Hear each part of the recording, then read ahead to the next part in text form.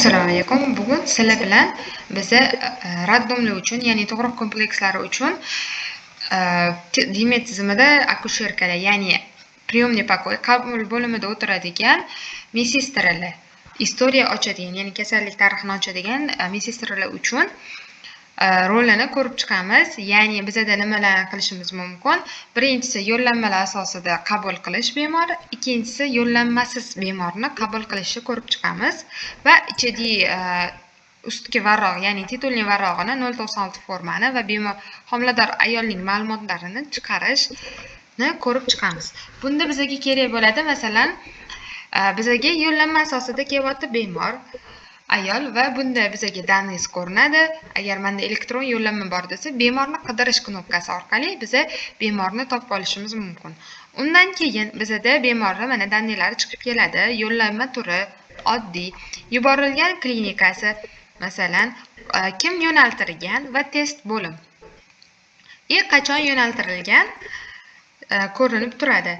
Biz endi buni ko'rish uchun ustiga bosamiz. Bundan keyin bizga yo'llanma ko'rinishini chiqarib beradi. Undan tashqari biz 027 forma, ya'ni anketadan ko'chirmasini ko'rishimiz mumkin, tibbiy kartasidan ko'chirma va chop etishimiz mumkin. Xo'p, bundan keyin bizda nimalar bo'ladi? Bizda mana diagnozlari nima tashxis bo'yicha yo'naltirilgani ko'rinib turadi. Va bunda biz kerakli bo'limni tanlaymiz va kasalxonaga yotqizish davrini tanlaymiz. Masalan, 5 kun yotadi taxminiy. Xo'p, kerakli vaqt ustiga bosganimizda bizga avtomat hozirgi vaqtda urib beradi.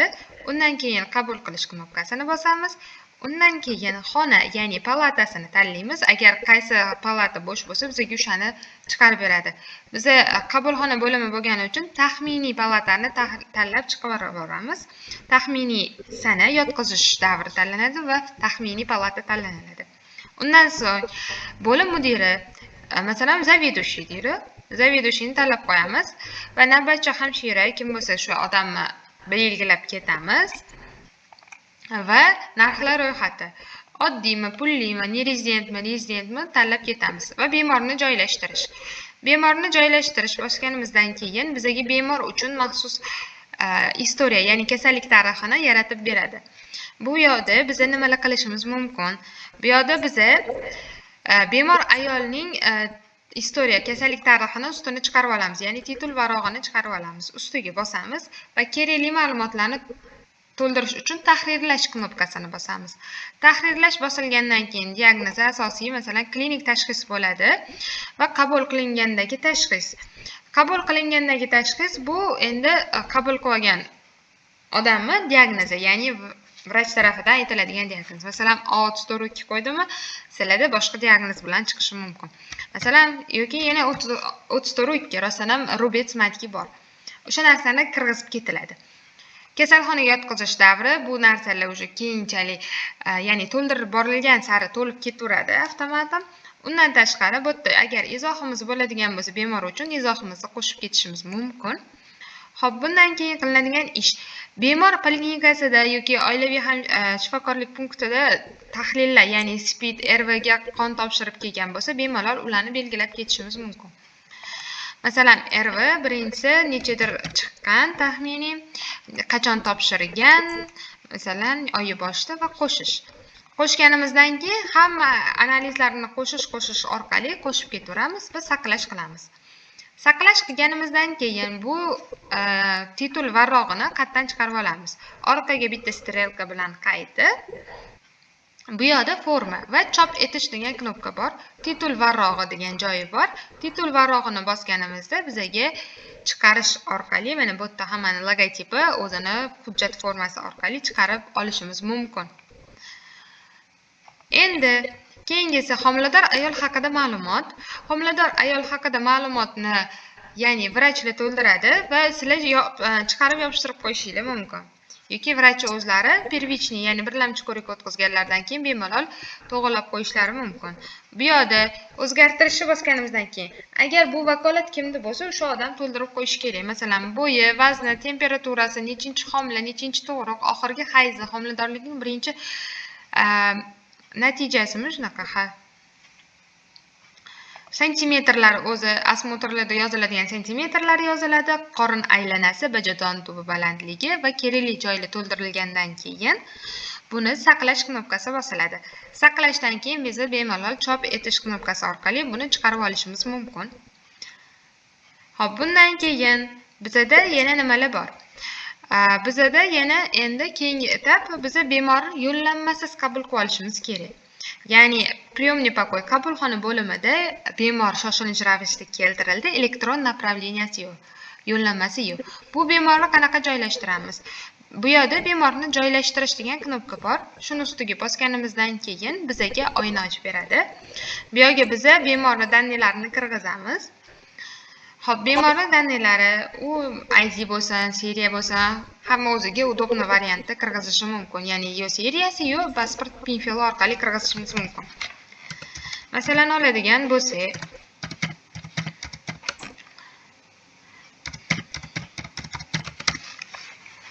bemorning ma'lumotlari kelib chiqadi va telefon raqamini, agar ayolning telefon raqami o'zgargan bo'lsa, telefon raqamini to'g'irlab ketishimiz mumkin. Agar yozilmagan bo'lsa, yozib ketishimiz ham mumkin. Bundan keyin qilinadigan ish kasalxonaga yotqizish maqsadi davolash va tug'ruq bo'ladi. Radomlarda asosiy tug'ruqqa belgilab ketishligi shart. Chunki agar tug'ruq knopkasini bosilmasa, bizda keyingi, ya'ni 096, 097 forma, undan tashqari tug'ruq protokollari chiqmay qoladi. Shuni hisobini olgan holda muddati kattaroq bo'lgan homilador ayollar uchun tug'ruq knopkasini bosiladi. Agar men shamollab kelgan bo'lsa ham vaziyatli bo'lib qoladiki, u tug'ruq jarayoniga o'tib ketishi mumkin. Shuni hisobini olib, tug'ruq knopkasini ham bosib ketasizlar.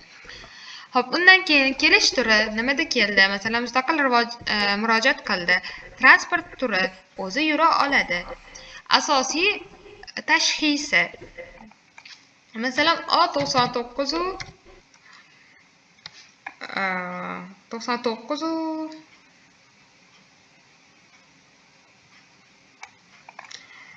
Masalan 99.5 sizlarga tegishli, ya'ni randomlarda ko'p qo'yiladigan diagnozlardan 99.5. Xo'p, chap qo'l qon bosimi, masalan, bir zonga 70, o'ng qo'liniki 120 ga 80 deydi. Yurak urish tezligi masalan 90, saturatsiyasi 96, harorati 36.8 deb oladigan bo'lsak va undan keyin antropometriya joyini to'ldirib ketamiz. Vazni va bo'yini kirgizib ketamiz. Masalan, bo'yi 169.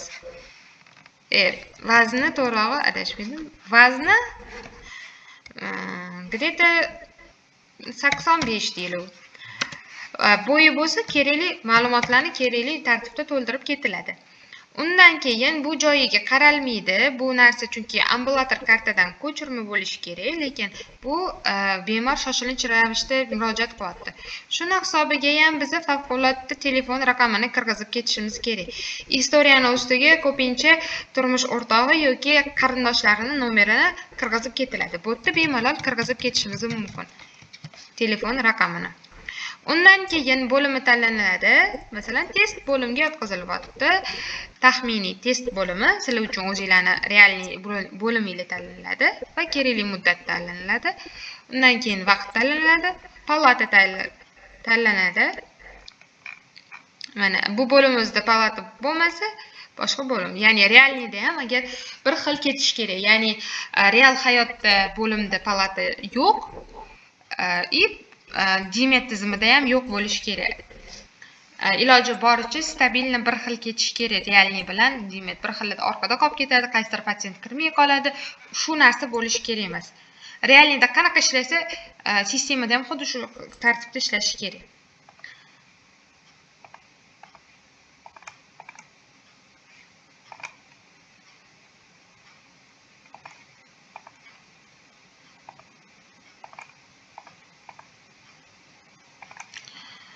Bo'lim mudiri, navbatchi hamshira tanlanadi bu yerda ham. Ro'yxatlar toifasi ketma-ketlik bir xil bemorni joylashtirish. Bundan keyin ketma-ketlik yo'llanma asosida istoriya ochilgandan keyin, ya'ni kasallik tarixi ochilgandan keyin bizga har doim bir xil ma'lumotlar chiqib keladi, ya'ni 096 homilador ayollar haqida ma'lumot. Agar biz tug'ruqni belgilagan bo'lsak, tug'ruq belgilangandan keyin bizda 096 formi chiqadi. Akusher, ya'ni qabulxona bo'limidagi hamshiralarning vakolati shulardan iborat.